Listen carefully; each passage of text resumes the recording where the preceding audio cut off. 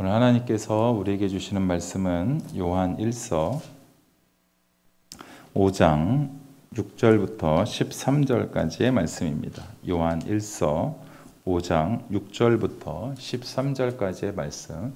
우리 한 절씩 교독하고 마지막 절은 함께 읽겠습니다. 이는 물과 피로 임하신 이신이 곧 예수 그리스도시라. 물로만 아니요 물과 피로 임하셨고 증언하는 이는 성령이시니 성령은 진리니라. 증언하는 이가 셋이니 성령과 물과 피라.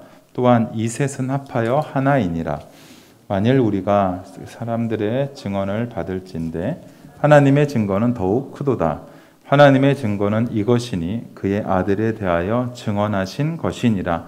하나님의 아들을 믿는 자는 자기 안에 증거가 있고 하나님을 믿지 아니하는 자는 하나님을 거짓말하는 자로 만드나니 이는 하나님께서 그 아들에 대하여 증언하신 증거를 믿지 아니하였음이라. 또 증거는 이것이니 하나님이 우리에게 영생을 주신 것과 이 생명이 그의 아들 안에 있는 그것이니라. 아들이 있는 자에게는 생명이 있고 하나님의 아들이 없는 자에게는 생명이 없느니라. 내가 하나님의 아들의 이름을 믿는 너희에게 이것을 쓰는 것은 너희로 하여금 너희에게 영생이 있음을 알게 하려 함이라. 아멘. 오늘 하나님께서 주시는 증거들이 우리에게 있는가라는 제목으로 목사님 말씀 전해 주시겠습니다.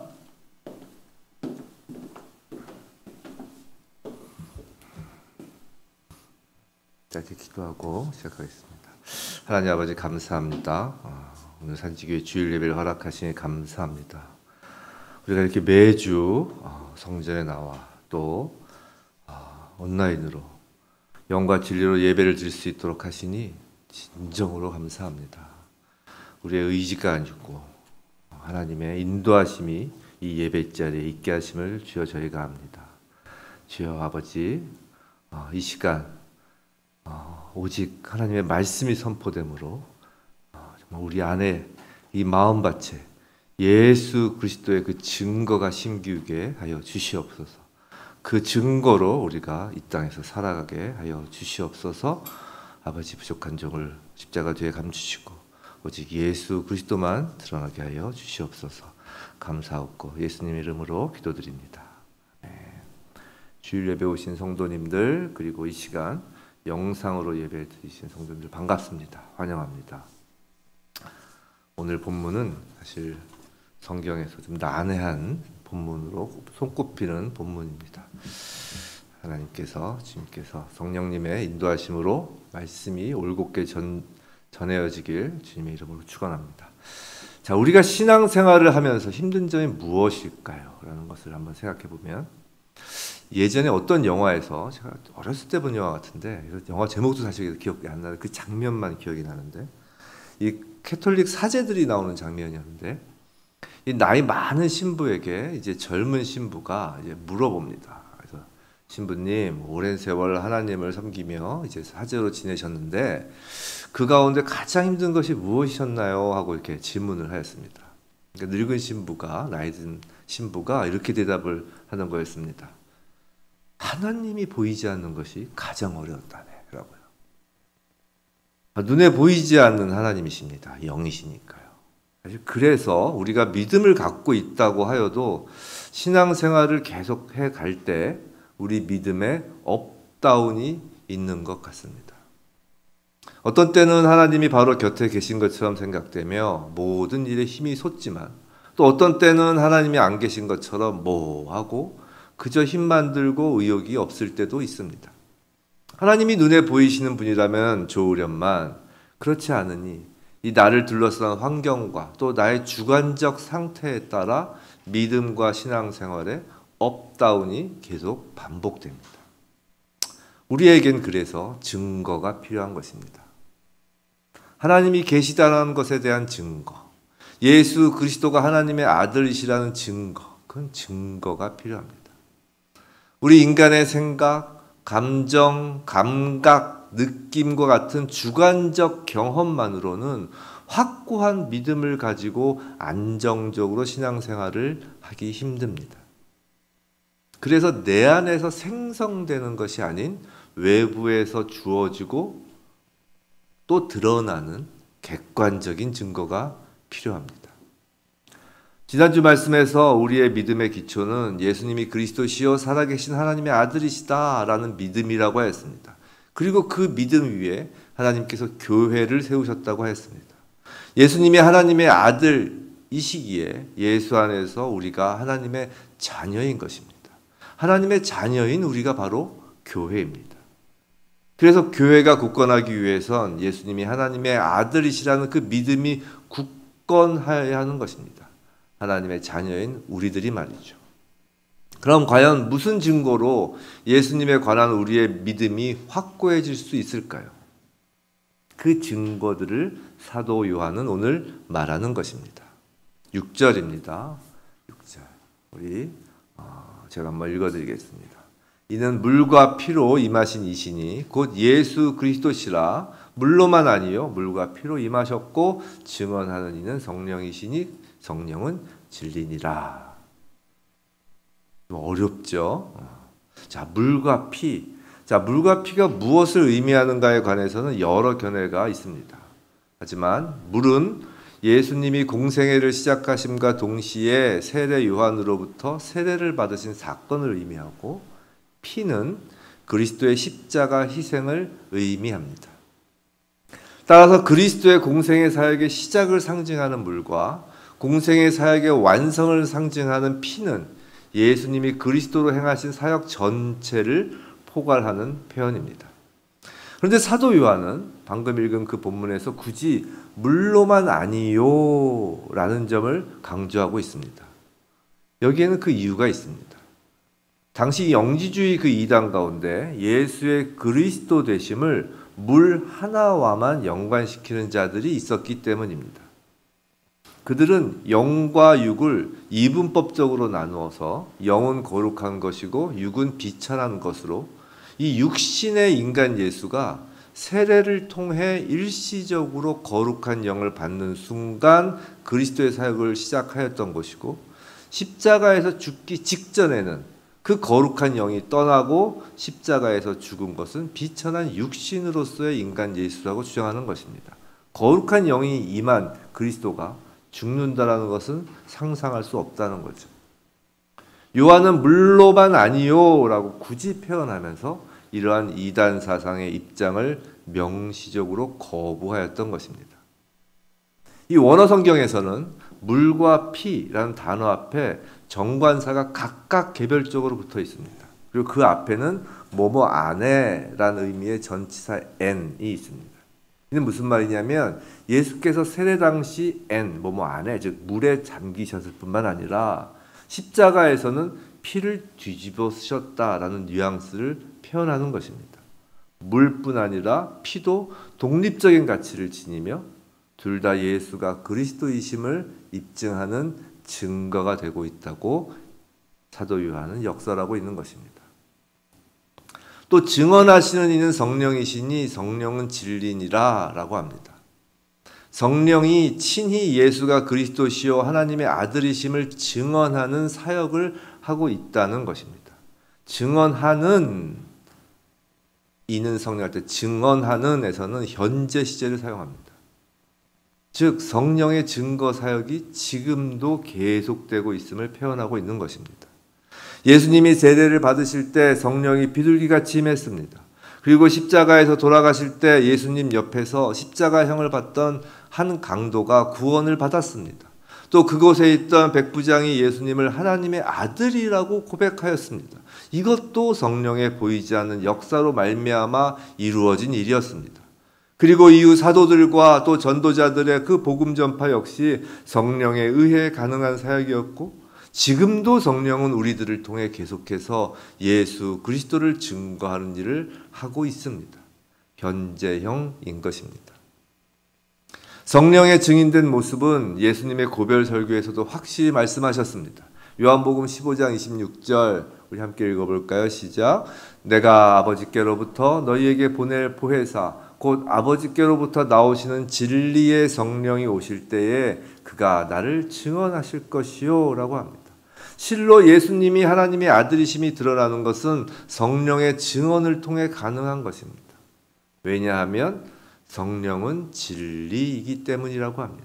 이 또한 예수님이 말씀하셨습니다. 요한복음 14장 17절입니다. 우리 함께 읽어볼까요? 시작. 그는 진리의 영이라 세상은 능히 그를 받지 못하나니 이는 그를 보지도 못하고 알지도 못함이라. 그러나 너희는 그를 아나니 그는 너희와 함께 거하시며 또 너희 속에 계시겠음이라. 자, 보혜사 성령은 진리의 영이라고 하십니다. 그러나 세상은 성령을 보지도 못하고 알지도 못하기에 성령을 받지 못합니다. 그러나 너희, 즉 택함 받은 예수의 제자들, 오늘날 택함 받은 저와 여러분은 성령을 압니다. 왜냐하면 성령이 우리와 늘 함께 하시고 우리 속에 계시기 때문입니다. 지금도 현재형으로 성령이 우리 안에서 증언하고 계시기 때문에 우리는 예수가 그리스도시요 하나님의 아들이심을 믿는 것입니다. 그렇게 증언하는 이가 셋이 있습니다. 7절과 8절이죠. 7절과 8절. 우리 한번 읽어볼까요? 시작. 증언하는 이가 셋이니 성령과 물과 피라. 또한 이 셋은 합하여 하나이니라. 자, 먼저 성령. 오순절 마가의 다락방에서 시작하여 성령의 증언은 계속해서 수없이 교회의 역사와 체험을 통해서 반복되었습니다. 교회에서 거듭되는 성령의 증거는 예나 지금이나 예수 그리스도의 끊임없는 능력과 살아계심을 확고하게 보여주고 있습니다. 오늘날 우리에게 성령의 증거가 있습니다. 다음으로 물에 대한 증언이 있습니다. 하나님은 예수께서 누구이신가를 세례 요한의 세례를 통하여 계시하셨습니다.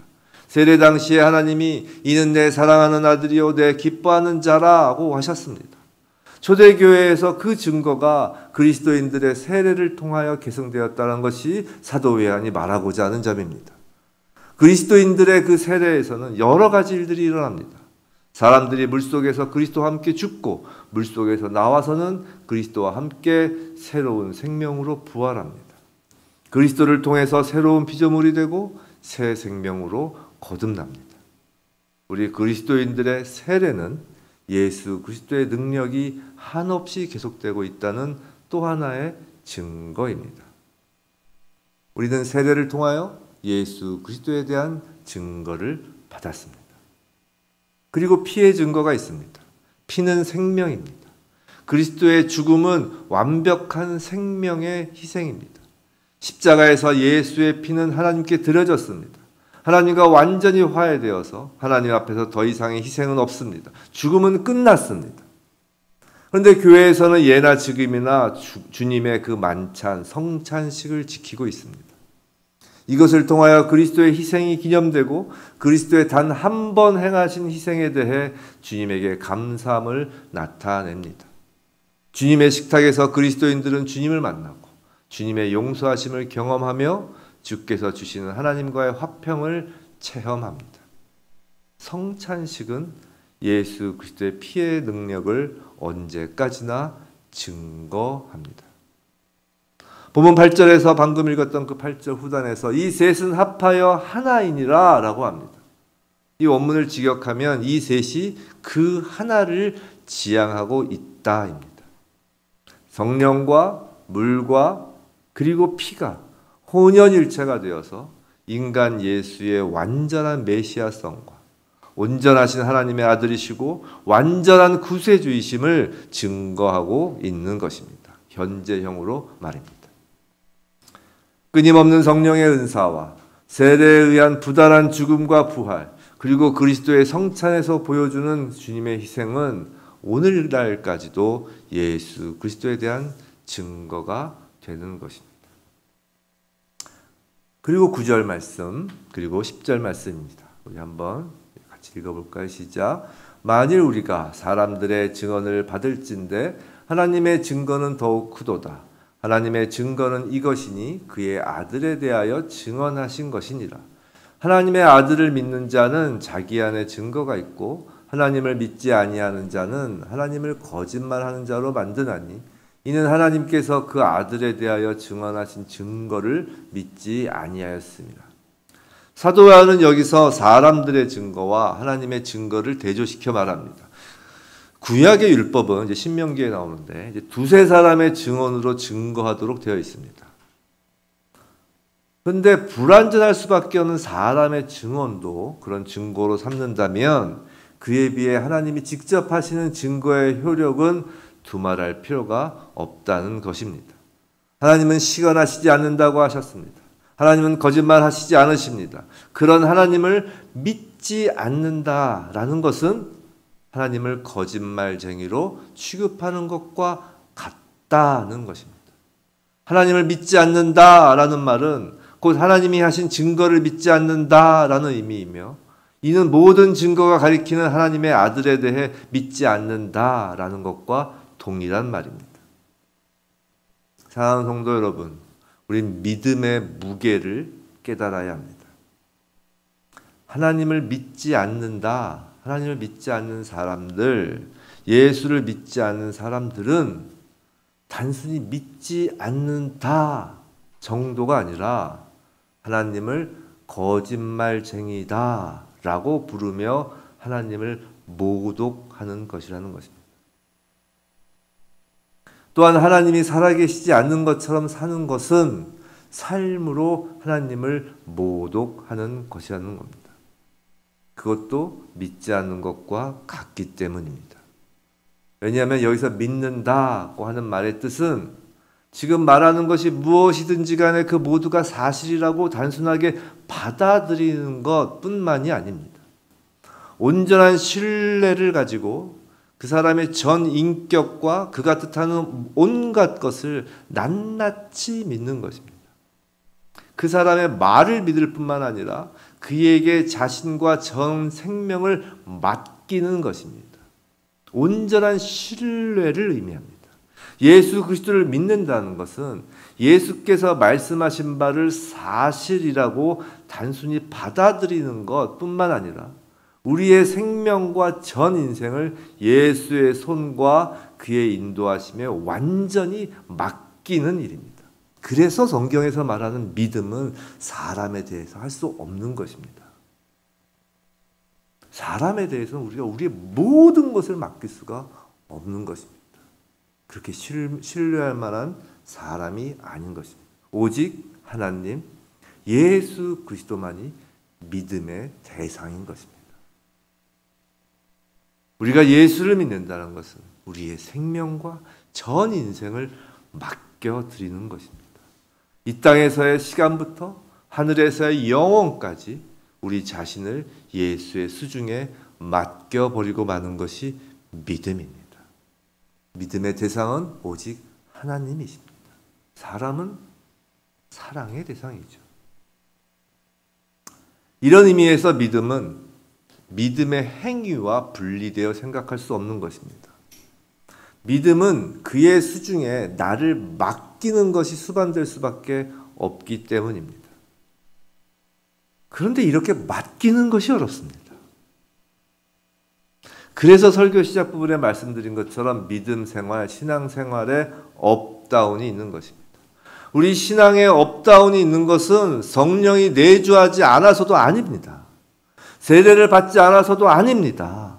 성찬을 하지 않아서도 아닙니다. 분명히 세 증거가 모두 우리에게 있음에도 불구하고 어떤 때는 맡기다가 어떤 때는 안 맡기다가 어느 부분에서는 입으로 맡긴다고는 하지만 실제로는 여전히 내가 끌어안고 있는 것이 있기에 업다운이 있는 것입니다.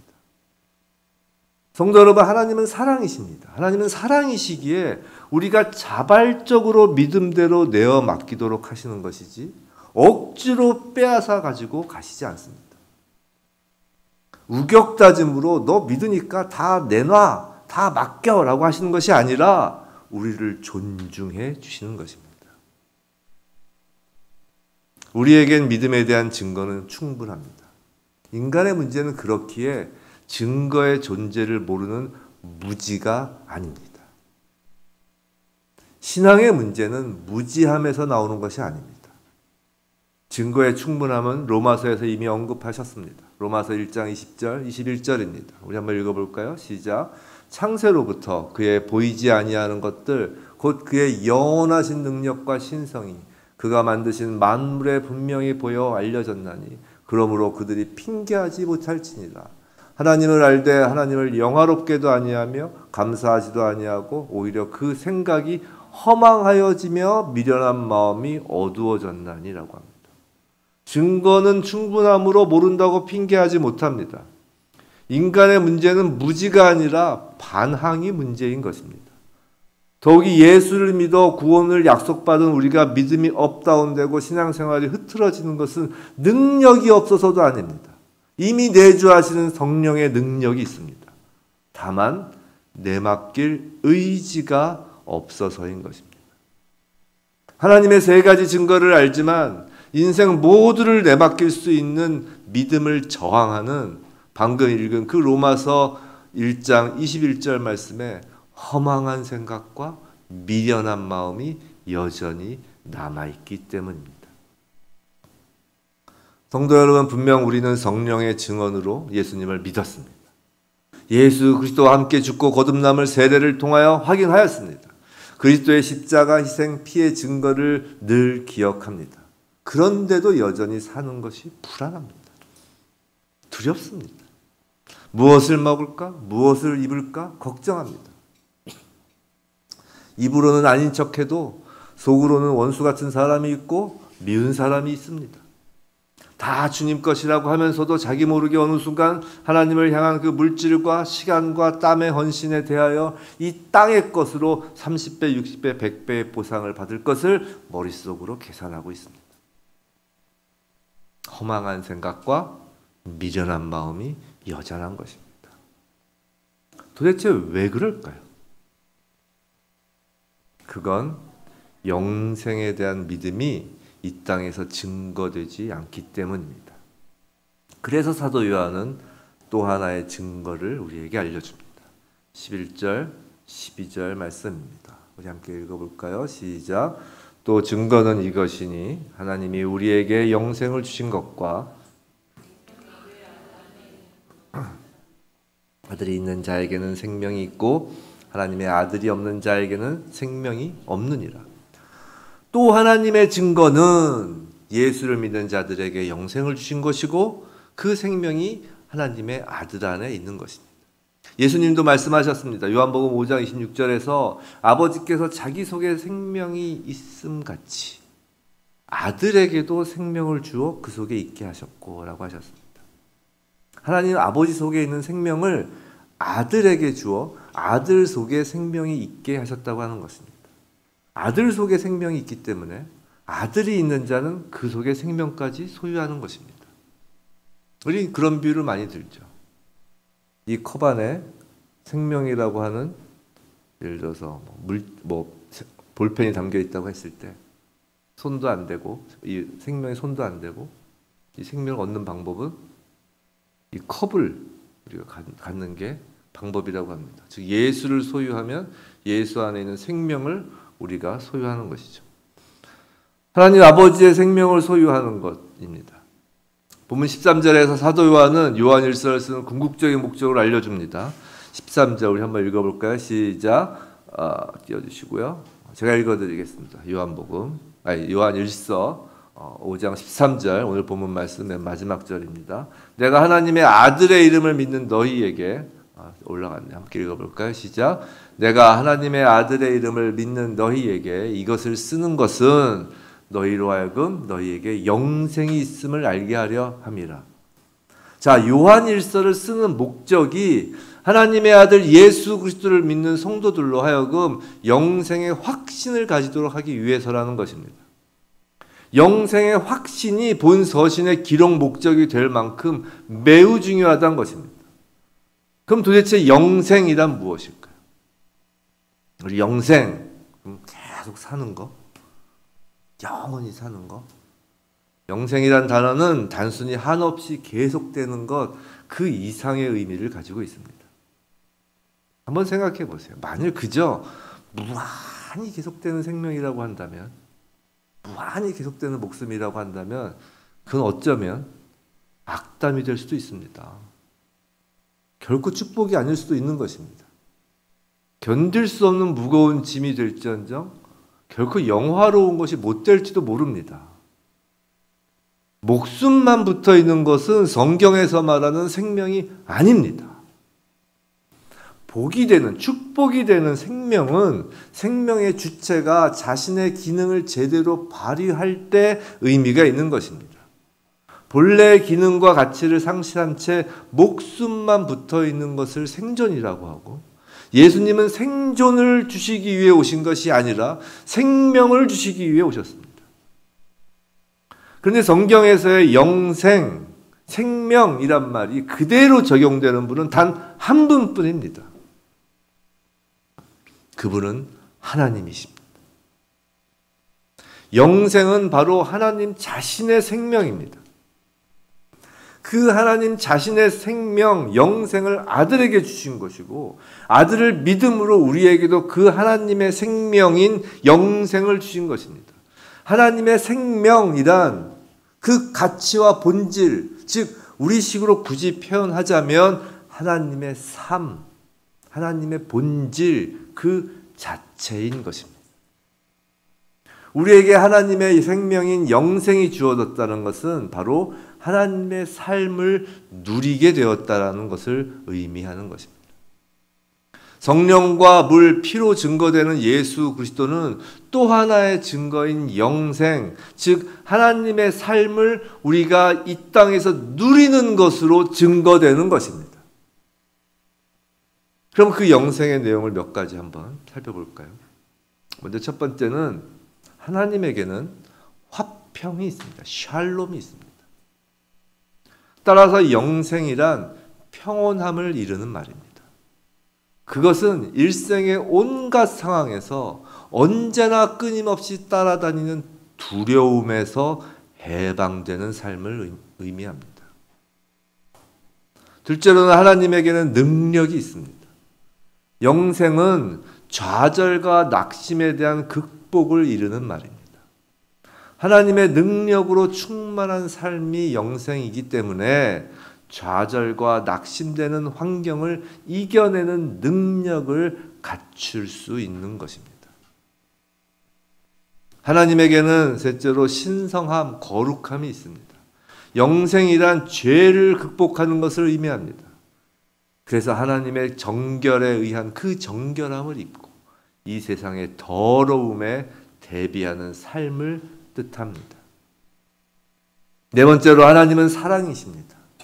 그러므로 영생은 적의와 미움이 끝났음을 의미합니다. 즉 마음 가운데 하나님의 사랑을 품고 감정과 행동에 있는 그 모든 것에서 미움을 없애는 삶입니다. 다시 첫 번째, 하나님의 생명에는 화평을 의미합니다. 하나님의 생명은 능력을 의미합니다. 하나님의 생명은 신성한 거룩함입니다. 하나님의 생명은 사랑을 의미합니다. 최종적으로 하나님에게는 생명이 있습니다. 영생은 죽음을 극복하는 삶을 이루는 말입니다.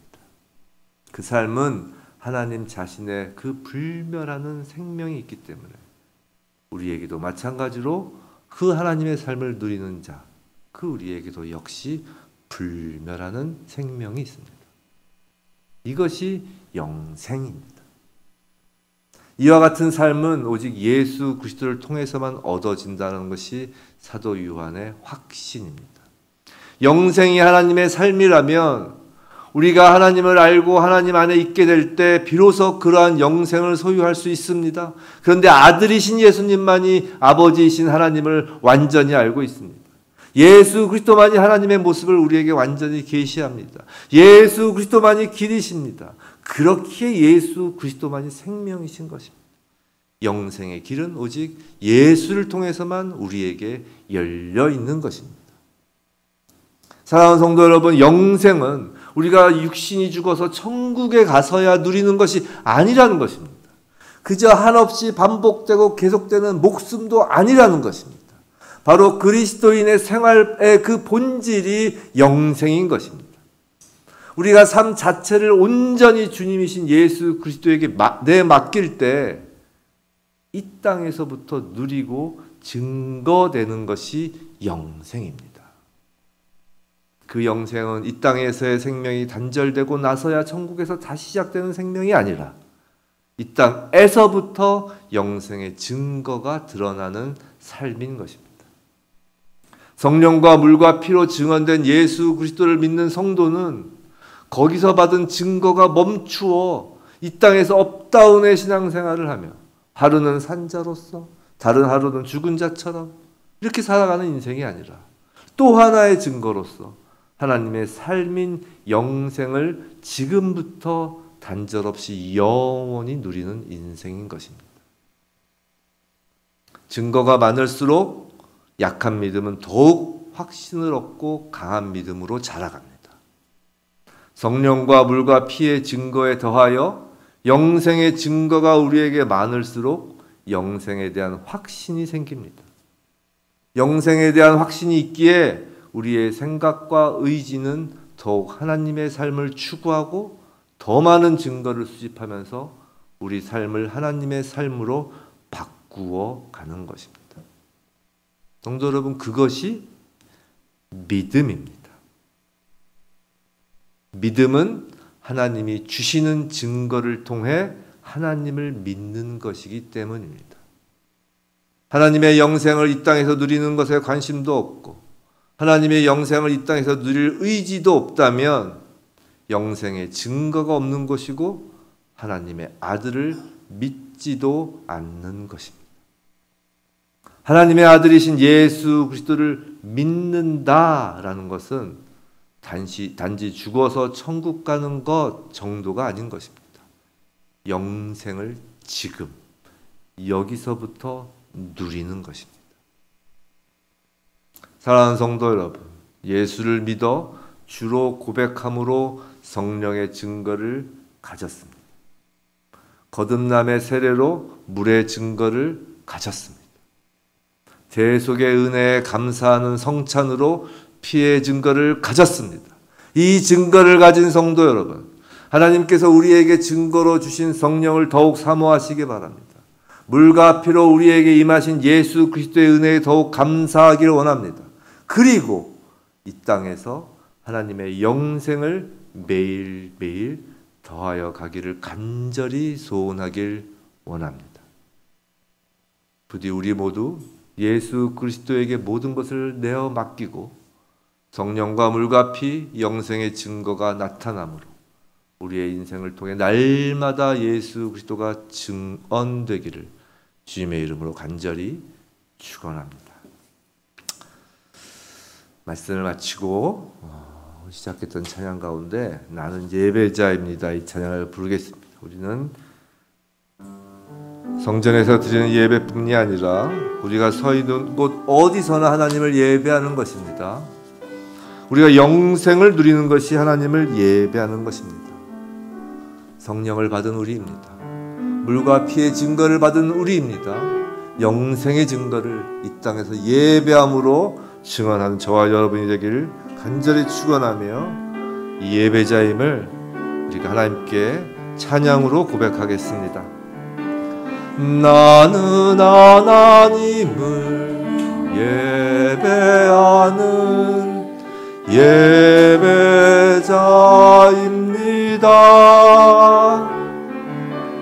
내가 서 있는 곳 어디서나 하나님을 예배합니다.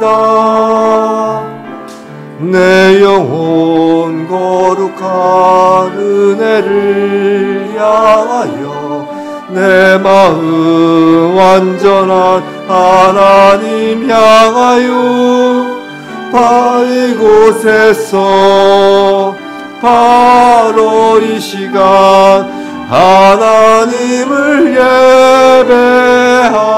나는 하나님을 예배하는 예배자입니다. 나는 하나님을 예배하는 예배자입니다.